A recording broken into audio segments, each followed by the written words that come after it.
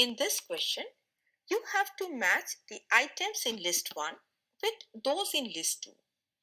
Now, goblet cells that secretes mucus are examples of unicellular glandular epithelium. Thus, A matches with 3.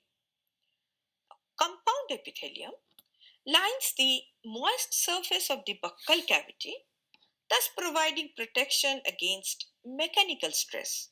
So, B matches with 4. Now, salivary glands that secrete saliva represents multicellular glandular epithelium. So, C matches with 1.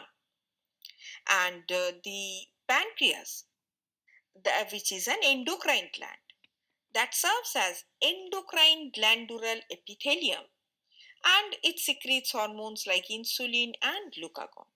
So, D matches with 2. Hence, the correct answer is option A.